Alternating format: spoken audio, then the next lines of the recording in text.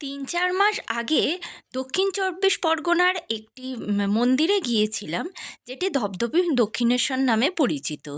এখানে দক্ষিণ রায় রূপে বাবা পূজিত হন। সাদা ওনার রং। উনি নাকি বাঘের দেবতা।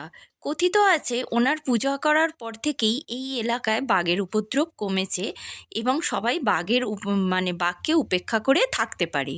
তো ওখানে গিয়ে আমরা পুজো দিলাম, 4 বোনে গিয়েছিলাম আমার ছেলে সমেত।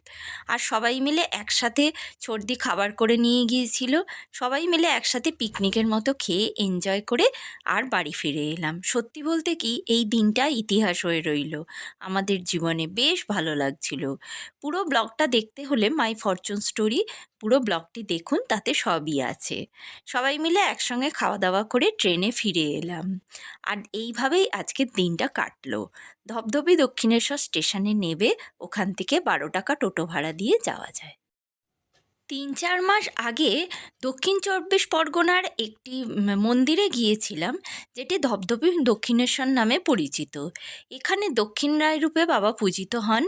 সাদা ওনার রং। উনি নাকি বাঘের দেবতা। কথিত আছে ওনার পূজা করার পর থেকেই এই এলাকায় বাঘের উপদ্রব কমেছে এবং সবাই বাঘকে উপেক্ষা করে থাকতে পারে। তো ওখানে গিয়ে আমরা পুজো দিলাম, 4 বোনে গিয়েছিলাম আমার ছেলে সমেত। আর সবাই মিলে একসাথে সর্দি খাবার করে নিয়ে গিয়েছিল। সবাই মিলে একসাথে পিকনিকের মতো খেয়ে এনজয় করে আর বাড়ি ফিরে এলাম। সত্যি বলতে কি, এই দিনটা ইতিহাস হয়ে রইল আমাদের জীবনে। বেশ ভালো লাগছিল। পুরো ব্লগটা দেখতে হলে মাই ফরচুন স্টোরি পুরো ব্লগটি দেখুন, তাতে সবই আছে। সবাই মিলে একসঙ্গে খাওয়া দাওয়া করে ট্রেনে ফিরে এলাম।